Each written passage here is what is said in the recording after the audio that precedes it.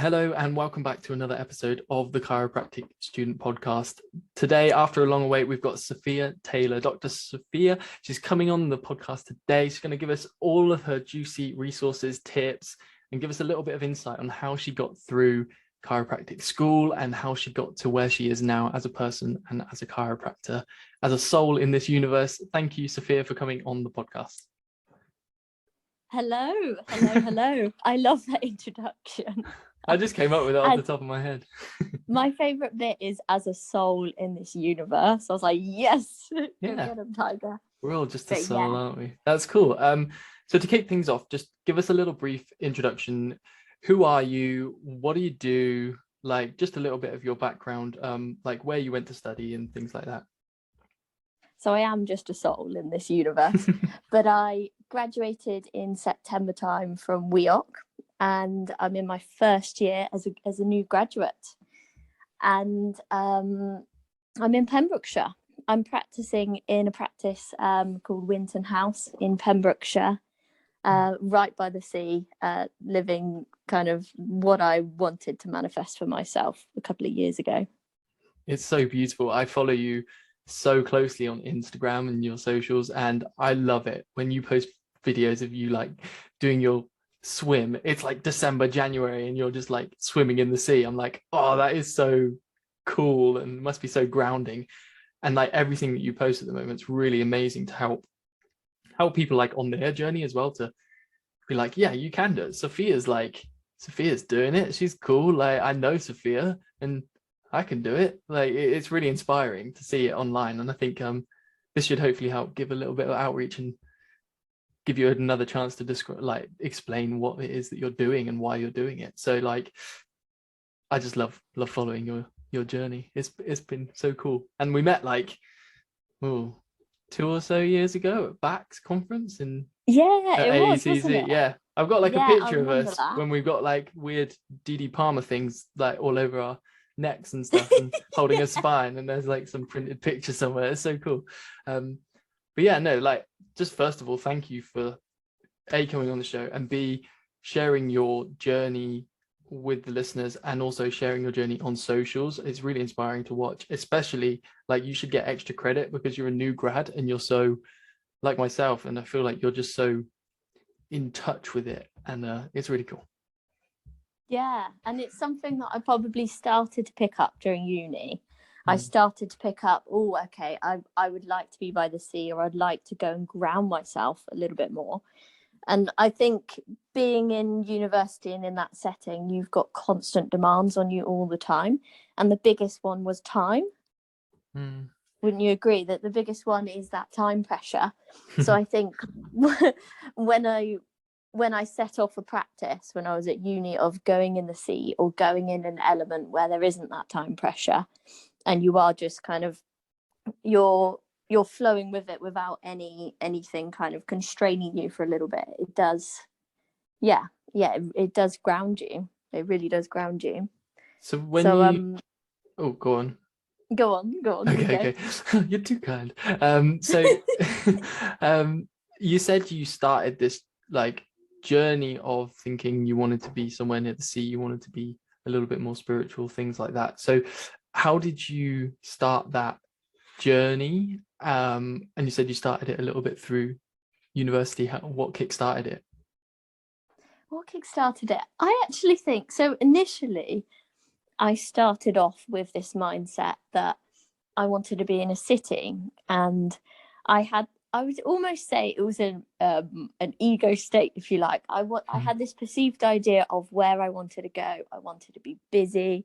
I wanted to work 60-hour weeks. I wanted to be in a city. And I had this whole idea or this perception of how a chiropractor should look. And then I would say it was probably lockdown. I had this little taster of not being time pressured, not having any exams. We all got a bit of sunshine during that time. Hopefully.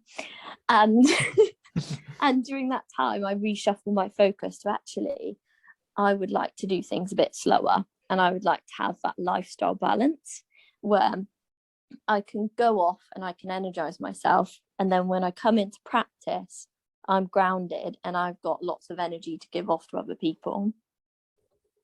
Wow. Like, how old are you, if you don't mind me asking? How old am I? 23. Like, for a 23-year-old, like, and you were at uni thinking all this stuff, like that's I think that's really admirable and very mature. Like, people, you got to remember, we're straight from college into university. Like, a lot of people expect us to be very still party animals and like just crazy and not really knowing their direction. And for you to have just the inkling, the idea to go through that process during that year and continuing it now, I think is really, really quite admirable. And I think it shows because very organically you're showing yourself on, as I say, on your socials, and I love it. Like, and it's not really, you can sometimes tell when things are really forced, and it's with your thing, it's just, you're just documenting your journey, and I really, really love that. It's so natural and organic and free. It's really cool. Yeah, thank you. I like what you're saying about it not being forced as well, because I think there is this element of push-pull in uni. You do have that perception of how things should be. I should be out partying. I should be out doing this. Don't get me wrong. I did probably a bit too much partying at some points and a bit too much of the mainstream way of living at uni. And I really enjoyed that. But yeah, this idea of not forcing things, I think it comes from, I think I got it from looking into the development of masculine and feminine energies within us. And I think that's quite an interesting topic to look at. What do I want to pull? What do I want to attract towards me? And what do I want to push? And pushing's quite, if you look at the harmony between the two, pushing's quite a masculine trait, and we need both of them in our life most of the time. But yeah, I've probably gone into a lifestyle where there's more pulling and less pushing and less forcing, which is nice. When you said you looked into the balance between the masculine and the feminine, what did you look into? Like, were there specific books that really gave you that that idea of the route that you wanted to go down, or just explain things really easily for you to understand, and was just something that, like a light bulb flicked on? Was there a specific resource that happened? Yes, I think there were two main resources actually. The first one was a podcast by Jake Woodard, and this chap, he goes into how males and females have a balance, whether they choose to have masculine or feminine energy within them, and how that creates a polarity. You have a pushing and a pulling polarity.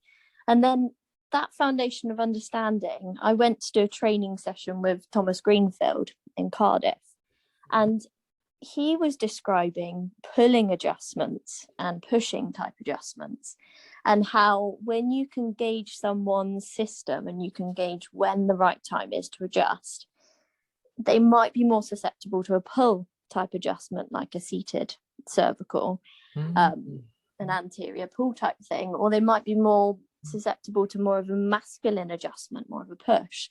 And that had a massive impact on how effective my adjustments were, and when things felt forced, and when things just, when you get that sweet adjustment and it just feels right. So I think it was this combined effort of the personal growth and looking into these different podcasts and different books on energies, and then cultivating it and then putting it into practice, which is an ever evolving thing. I'm still working on that, definitely. Well, did you slowly start integrating it into like patients that you were like confident with and that you knew would be receiving of that? Or did you just kind of flip a switch and be like, look, this is, like, you read this, you went to this Thomas Greenfield thing, and then listened to this Jake Pollard, and then just flipped? Or did you just slowly start integrating?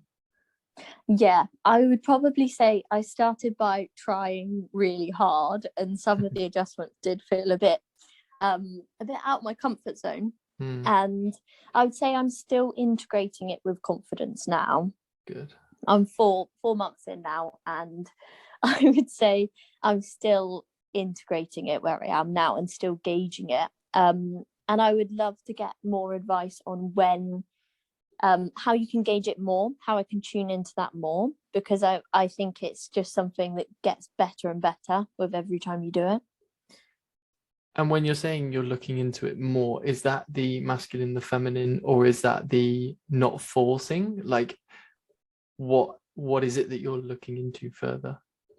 Probably both, actually, but I really do kind of align at the moment with this idea of not forcing things, because I think when you first go into practice, you want to start off with a big bang. You want to start off and you want to be fueled and fired up. And I think you want to kind of plunge into the pool of the chiropractic profession really good, like proper bomb it down. And I think probably what I've been doing is trying to make that big splash. And maybe there's an element of force in there. Maybe if I took a step back and saw this force as something that actually I could remove attachment from, and I could just step back from a little bit and allow things to come in a bit more, I think I'll probably see more results. But who knows? We will see. And does this tie in well with, like, do you do much reflection and journaling? And do you almost analyze yourself? Do you reflect on that? Yeah. And I think to an extent, as you know, I'm sure you do as well, it provides so many benefits to have that that self-analysis and that self-reflection. And I do journal, and I do kind of run through the day when I leave. And I think that's really good. And I'm opening up to feedback from mentors and from the principal chiropractor there, which is also really great.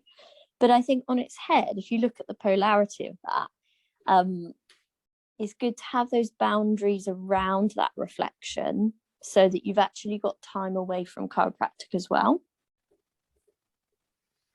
In terms of what? So you would reflect on your chiropractic self and then also reflect on your personal self, or just not reflect? Like, what's that?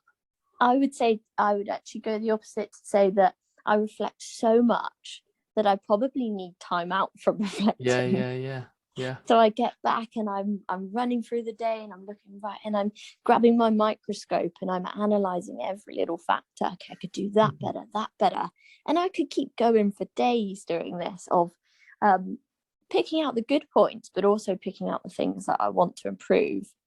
And I think it's a balancing game at the moment of, to what extent do I want to reflect? There's an element of positivity, I definitely think, to reflecting, but it's having boundaries around not over analyzing and not over reflecting. What other self exercises are you embarking on at the moment? Like, we've touched upon reflection and journaling there. What other self healing things, exercises are you working on? Stillness. Ooh, I like that. It's I think it's quite a generic one, but I think probably the biggest things have come through stillness and through almost calming the pool in my mind, rather than it being a couple of waves or tsunami at times. That just gave me goosebumps. Calming the pool in my mind. That's beautiful. You should quote that. Rhythmic, isn't it? Yeah, quote it, put it on some socials. I don't know, claim it, copyright it. Bit of guitar in the background. Yeah. Got myself a song there, haven't I? Yeah, calming the pool in my mind. Yeah, I think it's pausing completely, emptying the mind for a little period. Is that a state of meditation? Yeah, I guess it could be a state of meditation. Yeah. I like this. I'm making so many notes. If you hear me like scribbling away, I'm sorry. So apart from things that you're working on now, like, what helped you get through university? And I say through university because everyone's experience with university is a little bit different. Mine was definitely a slog and I had to literally get through it. But why did you start chiropractic, and B, get through it? Like what helped you? Yeah, I think the start, the reasoning why, I was inspired by a chiropractor back in Dorset, and she has now become my best friend and has been my mentor since. I'm really fortunate there. And she, Jocelyn is the lady. She What's her last almost name? pulled Jocelyn Medley Rose. Jocelyn Medley Rose. Yeah. So she runs Dorchester Chiropractic Clinic. Mm-hmm. And how I would describe that, I'm using a lot of analogies, but I felt like she grabbed a big fishing net and she pulled me out of like a really, really deep plunge pool. I was in quite a low point in my life. And she just pulled me out and she sat me on the side, dried me off, gave me some advice.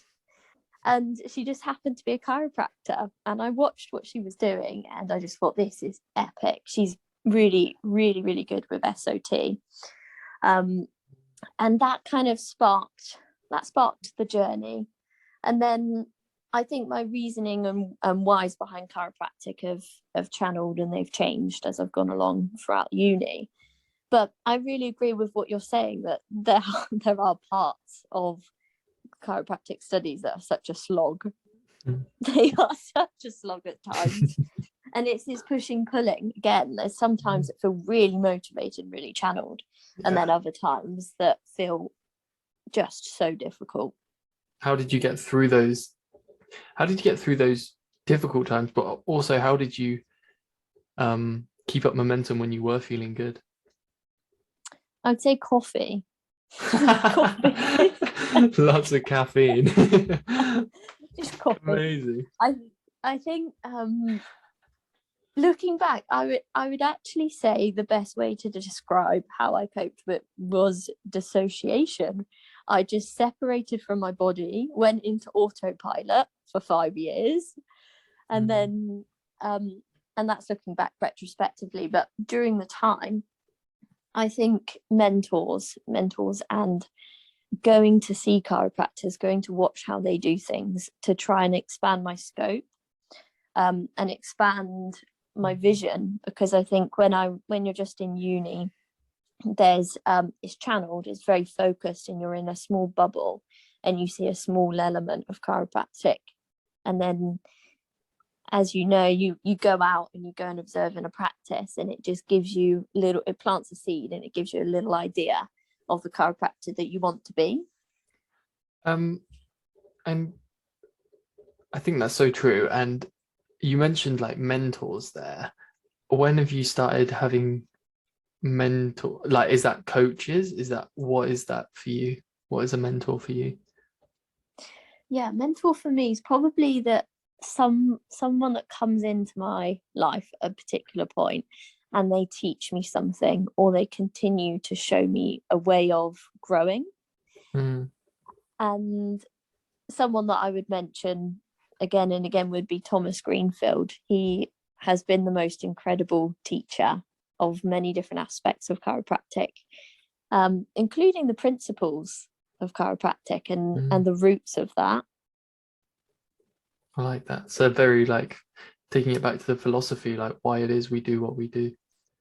The philosophy, yeah, and then the application and the importance of the adjustment in itself, and the importance of the drills, the motor skills, and the warming up and the preparing your body, your mind, and your emotions and different factors.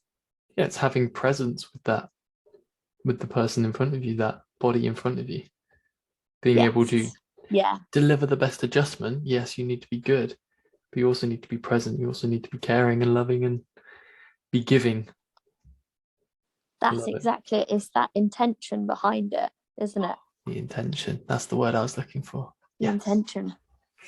The intention. A buzzword. that makes my brain fuzz.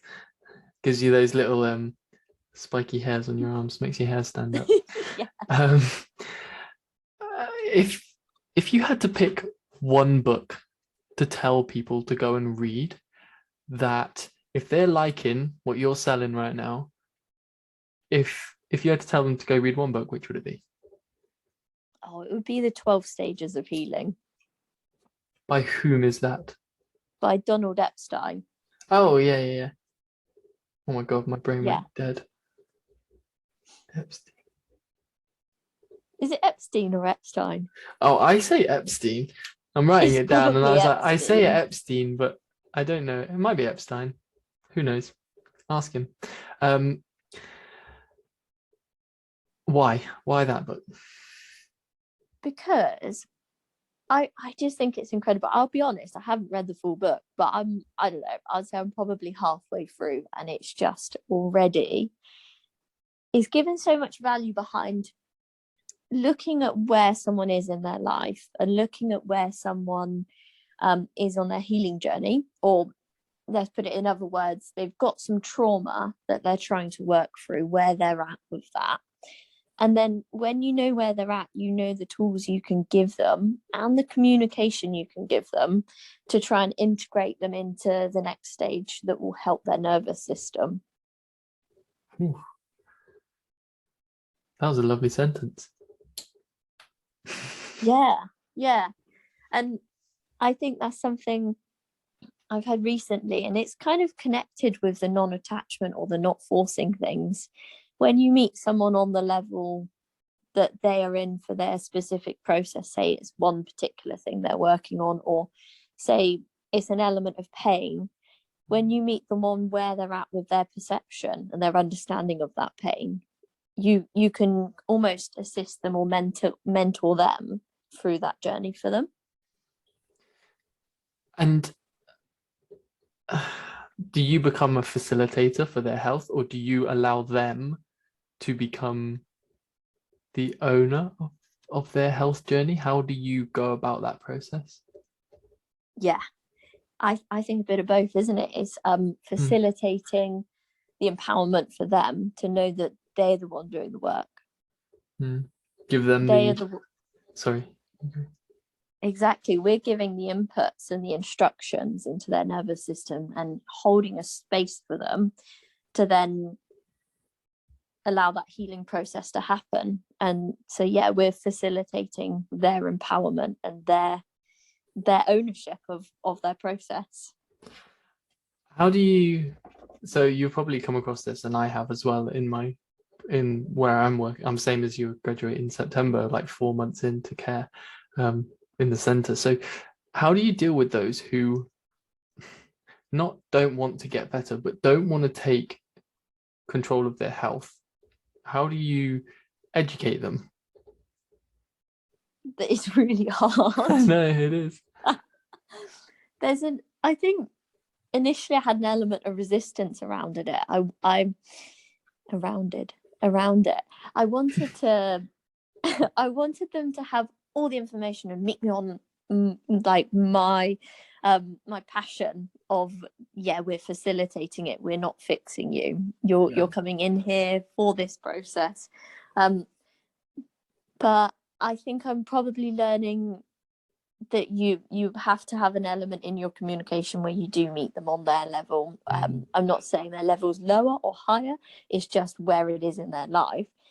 So I think it's really hard. I think it's really hard to communicate that, and it's probably something I'm just learning how to do now. But probably the biggest thing is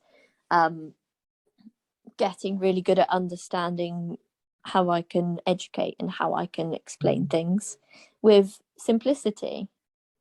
Every single person is so different as well in communication, so it's so hard sometimes to, let's face it, at least 80% of people come to the center, especially where I'm at, it's pain or discomfort, or something is stopped. They've had to stop something in their life. There's a restriction, which is the sad truth. And as much as everyone loves to say, I'd love for everyone to come see me for wellness, and I put it out in the universe and I get a few every now and then. But most of it is pain. And like you were saying, there's meeting them on their level. And it's really hard, as I can't speak for you, but I'm quite a vitalistic, holistic chiropractor, to help them understand pain and what it is that I'm actually going to do. And when you say I don't treat symptoms, I don't treat pain, I remove subluxation and go through that process with them and that They go, explanation. "What?" Yeah, like even when they understand the subluxation, they're still like, but I'm now pain free. And I'm like, yes, But but are you going that's to take not my why. pain away?